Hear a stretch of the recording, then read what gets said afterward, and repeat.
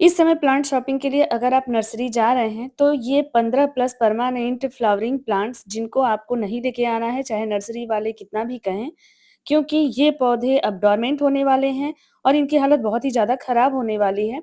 इसलिए इन पौधों को कतई ना लेकर के आएँ, नहीं तो आपको पछताना पड़ सकता है। तो इसमें जो पहले नंबर पे पौधा है, ये है मधुमालती का, जिसमें पूरी गर्मी बहुत ही ज़्यादा फ्लावरिंग होती है भर-भर के और ये एक बेल वाला पौधा है। मैंने भी इसको रेलिंग पे टेरेस गार्डन में फैला रखा है, जहाँ पे ये बहुत अच्छी फ्लावरिंग करता है। पूरे धूप में चलने वाला ये पौधा है, लेकिन इस समय आपको नवंबर से लेकर के जनवरी तक इस पौधे को लेकर के नहीं आना है, नहीं तो ये पौधा उतना अच्छा ग्रो नहीं होगा, जितना आप चाहेंगे और फ्लावरिंग तो बिल्कुल भी नहीं होगी। सो हेलो दोस्तों, कैसे हैं आप सभी? होप आप सभी बहुत ही अच्छे होंगे, गार्डनिंग करके बहुत ही खुश होंगे। अगर वीडियो ज़रा भी इन्फॉर्मेटिव लगे तो लाइक ज़रूर करिएगा, चैनल को सब्सक्राइब करिएगा, अपने दोस्तों में शेयर करिएगा जिनको गार्डनिंग पसंद है। कुछ ऐसे ही 35 plus indoor and outdoor plants की लिस्ट मैंने शेयर की हुई है चैनल पे, जाके आप लोग चेक करिएगा, लिंक मैं डिस्क्रिप्शन में भी दे दूँगी।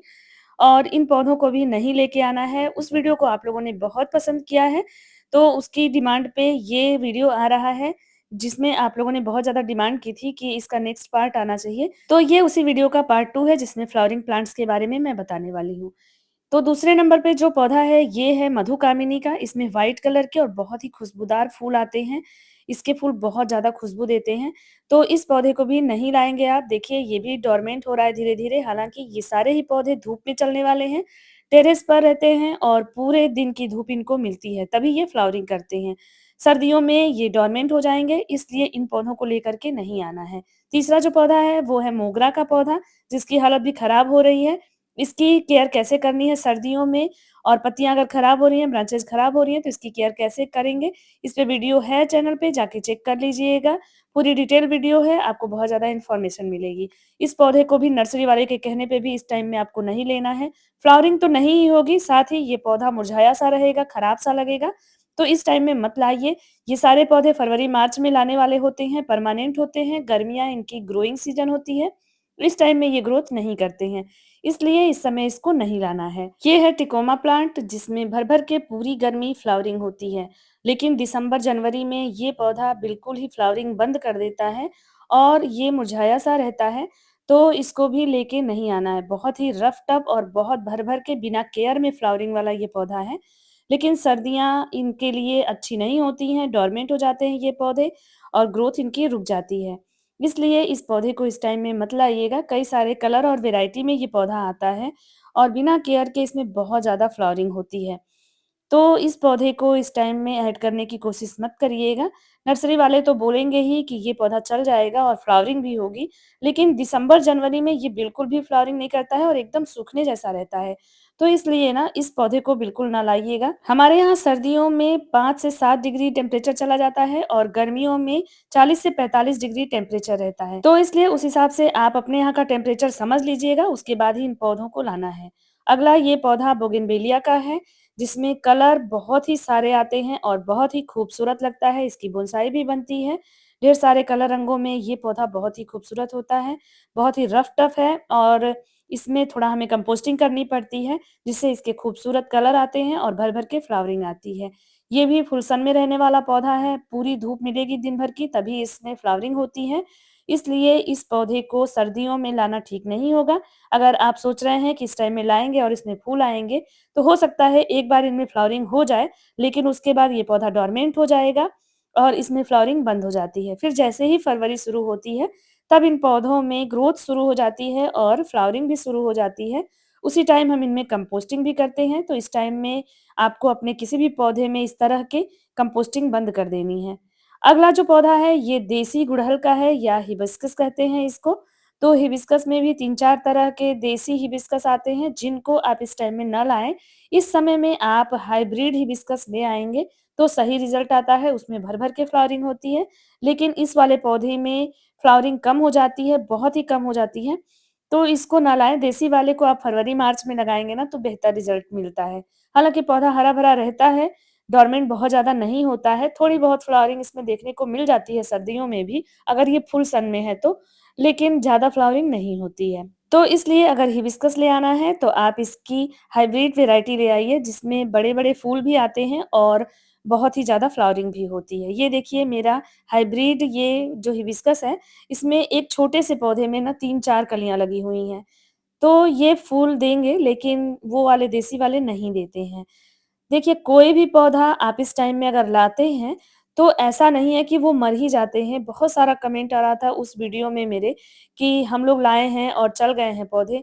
आपके टेम्परेचर पे भी डिपेंड करता है कि पौधे चल जाएँगे। अगर आपके यहाँ नवंबर तक गर्मियाँ रहती हैं, तो बेशक पौधे चल जाते हैं। लेकिन दिसंबर, जनवरी में ये परमानेंट वाले जो पौधे होते हैं, इनकी ग्रोथ रुक जाती है।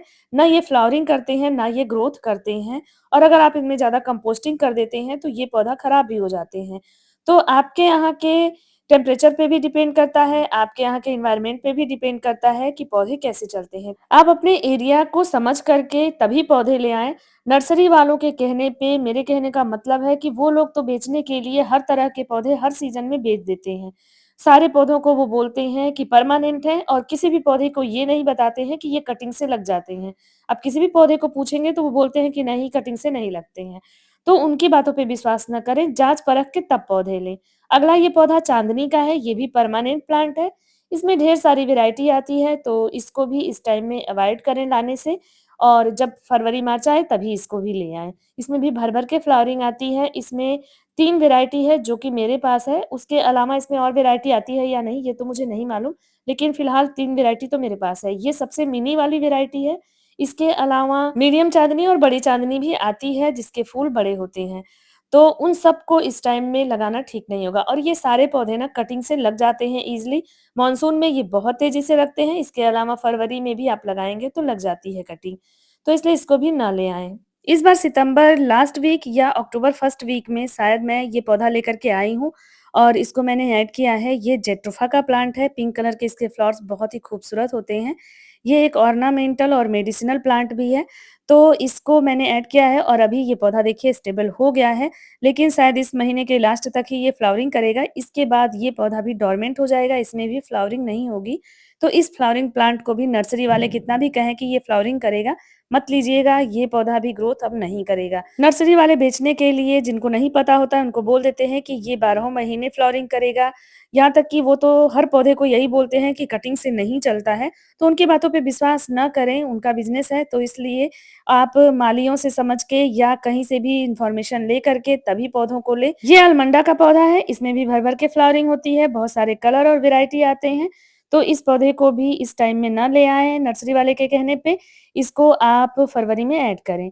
साथ ही अपराजिता का पौधा भी इस समय मत लगाइए, चाहे बीज से हो या कटिंग से हो या नर्सरी से लाना हो, क्योंकि ये तो बिल्कुल ही सूख जाते हैं मधुमालती की तरह, ऐसा लगता है कि पौधा बिल्कुल सूख गया, अब ये रिवाइव नहीं होगा। लेकिन जैसे ही फरवरी आती है, इसमें नई-नई ग्रोथ देखने को मिलती है। 2 कलर मेरे पास तो फिलहाल है, एक पर्पल वाला और एक व्हाइट वाला। पिंक वाला भी आता है, लेकिन मैंने अपने यहाँ नहीं देखा है नर्सरी में, तो इसलिए ये 2 कलर हैं और अब ये भी डोरमेंट हो जाएँगे, तो इसको भी इस टाइम में ऐड करने की कोशिश ना करें, नहीं तो फिर बाद में आप पछताएँगे ही। तो इस तरह से कुछ पौधे हैं जिनको नर्सरी वाले कह के बेच देते हैं, क्योंकि उनका तो काम है और वो करते हैं लेकिन आप समझ कर के ही लें। अगला पौधा एक्ज़ोरा का है, एक्ज़ोरा का पौधा भी अब धीरे-धीरे डोरमेंट हो जाएगा, गुच्छों में इसमें फूल आते हैं, बहुत सारे कलर आते हैं। इसमें मिनी और लॉन्ग वैरायटी आती है, तो कोई-सा भी इस टाइम में ना ले आएँ। देखिए अब इसमें फ्लावरिंग धीरे-धीरे बंद हो रही है, हल्की पत्तियाँ भी पीली हो रही हैं। तो पौधा ग्रोथ रोक देगा और साथ ही अब इसको हमें सिर्फ़ पानी देने का ध्यान रखना है, ना इसमें कंपोस्टिंग हमें करनी है। यहाँ पे जितने भी पौधे मैं दिखा रही हूँ, सब में कंपोस्टिंग आप बंद कर दीजिए, बस पानी देने का ध्यान दीजिए। नेक्स्ट जो पौधा है, ये हाइब्रिड कनेर है। इसके अलावा देसी कनेर, कनेर की जितनी भी वैरायटी है, वो भी अब फ्लावरिंग दिसंबर-जनवरी में बिल्कुल भी नहीं करेगी। पौधा एकदम डोरमेंट हो जाएगा, तो इस टाइम में इसको भी आप ऐड ना करें। ये सारे ही पौधे गर्मियों में अच्छी ग्रोथ करते हैं, भर-भर के फूल आते हैं इनमें, पूरा गार्डन आपका फूलों से गर्मियों में भरा रहता है। तो फरवरी-मार्च में आप इनको जब ऐड करते हैं, तो एक अलग ही खुशी मिलती है क्योंकि इनकी ग्रोथ अच्छी होती है। अगर इस टाइम में आप इनको ऐड कर लेते हैं, पौधा मुरझाया-सा रहेगा, अच्छी ग्रोथ नहीं होगी। ऐसा नहीं है कि हर पौधा मर ही जाता है। कुछ ऐसे पौधे हैं जिनको आप लगाएँगे तो सर्दियों में वो सर्वाइव नहीं करेंगे, इनमें से कुछ ऐसे हैं। लेकिन बाकी चल भी जाएँगे अगर आपने लगा दिया तो, क्योंकि आपके यहाँ के टेम्परेचर और एनवायरनमेंट की भी जो कंडीशन है, उस पे डिपेंड करता है, तो इस समय नहीं लगाएँ तो अच्छा है।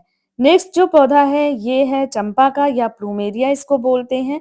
इसमें भी कई सारी वैरायटी आती है। इस वाले को नाग चंपा बोलते हैं क्योंकि इसकी पत्तियाँ देखिए वैसी ही हैं इस वजह से। तो इसको भी इस टाइम में मत ऐड करिए, ये भी नर्सरी वाले बोलेंगे कि पूरे साल फूल देते हैं, लेकिन ये पौधा भी अब डोरमेंट होने वाला है। देखिए ये भी चंपा की वैरायटी ही है जिसमें व्हाइट कलर के फ्लावर्स आते हैं और पिंक इसमें वेरिएशन होता है, बहुत ही खूबसूरत खुशबुओं वाला ये पौधा है। लेकिन अब इसकी पूरी ही पत्तियाँ गिर जाएँगी, सिर्फ़ ब्रांचेज़ और पौधा दिखेगा। तो इस टाइम में अगर आप ऐड करते हैं तो हो सकता है ये पौधा ना चले, क्योंकि ये सक्युलेंट की तरह बिहेव करता है, बहुत ज़्यादा इसको पानी नहीं चाहिए। इसकी जो ब्रांचेज़ होती हैं, स्टेम होती हैं, वो सक्युलेंट पौधों की तरह होती हैं, तो ये भी सर्दियों में सर्वाइव नहीं करता है, इसलिए इस टाइम में ना लगाएँ। अगला अडेनियम का पौधा है, अडेनियम का प्लांट भी 40 से 45 क्या 50 डिग्री तक के टेम्परेचर को सहन कर लेता है, जितना ज़्यादा धूप इसको मिलता है, ये उतना ही ज़्यादा हेल्दी और इसकी ग्रोथ होती है, साथ में इसमें भर-भर के फ्लावरिंग भी होती है। बहुत सारी वैरायटी और बहुत सारे कलर के फ्लावर्स आते हैं इसके, तो इसको सर्दियों में बिल्कुल भी ऐड मत करिए, बिल्कुल ही डोरमेंट हो जाएगा, सारी पत्तियाँ गिर जाएँगी, ग्रोथ रुक जाएगी इसकी। इसमें कंपोस्टिंग वगैरह भी नहीं किया जाता है। बहुत सारे लोग तो सर्दियों में इस पौधे को मिट्टी से निकाल कर के और हवा में लटका देते हैं, जिससे कि ये पौधा अच्छी ग्रोथ करता है जब फरवरी में इसकी रिपोर्टिंग की जाती है।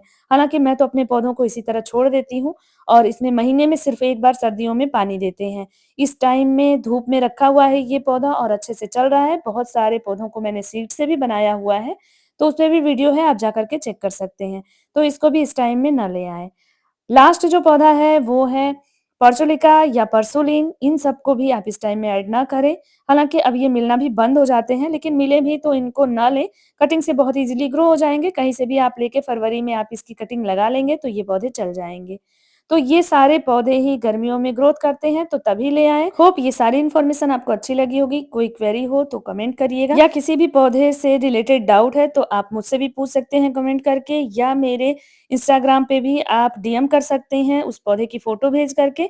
मैं आपको उसका नाम भी बता दूँगी और साथ में मैं आपको ये भी बता दूँगी कि इस पौधे को इस टाइम में लाना ठीक रहेगा या नहीं लाना रहेगा। मेरा इंस्टाग्राम आईडी है शिवांका बाग 2 यम करके, आप वहाँ पे चेक करिएगा तो वहाँ से आप डायरेक्ट मुझे अपने पौधों की फ़ोटो भेज सकते हैं।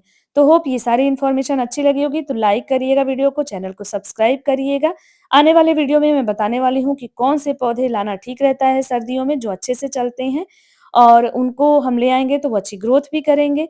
तो फिर मिलते हैं नेक्स्ट वीडियो में, तब तक के लिए थैंक यू, बाय बाय।